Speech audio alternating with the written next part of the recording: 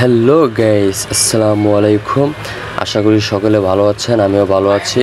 তো আজকে দেখাবো কিভাবে একটি ফেসবুক পেজ ডিলিট করতে হয়।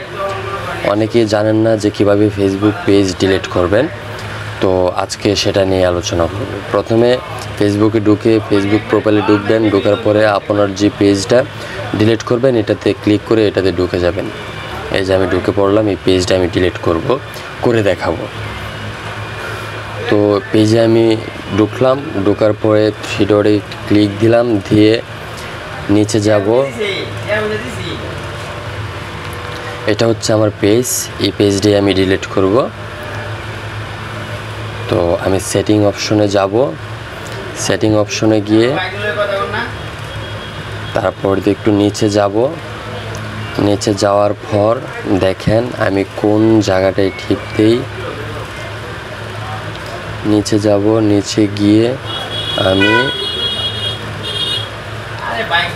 অ্যাক্সেস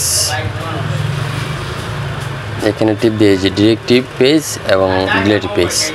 তো আপনি যদি ডিরেক্টিভ করে রাখতে চান তাহলে ডিরেক্টিভে টিপ দিবেন, ডিলিট করলে ডিলিটে টিপ দিবেন। আমি ডিলিটে টিপ দিয়ে চলে আসলাম ডিলিট করার জন্য, কন্টিনিউ টিপ দিলাম। দেওয়ার পরে এখানে চাচ্ছে আপনার যে ফেসবুকটা, এই ফেসবুকের পাসওয়ার্ড। তো আমি আমার পাসওয়ার্ড দিলাম। পাসওয়ার্ড দেওয়ার পরে এই যে ডিলিট পেজ, তো আমি ডিলিট পেজে ক্লিক করে দিলাম। দেওয়ার সাথে সাথে এই পেজটি ডিলিট হয়ে গিয়েছে। তো আপনারা যারা পেজ ডিলিট করতে পারেন না তারা অবশ্যই ভিডিওটি দেখবেন, অবশ্যই আপনি নিজে আপনার ফেসবুক পেজটি ডিলিট করে নিতে পারবেন। আশা করি সবাই বুঝতে পেরেছেন। তো ভিডিওটি ভালো লাগলে অবশ্যই চ্যানেলটি সাবস্ক্রাইব করে পাশে থাকবেন।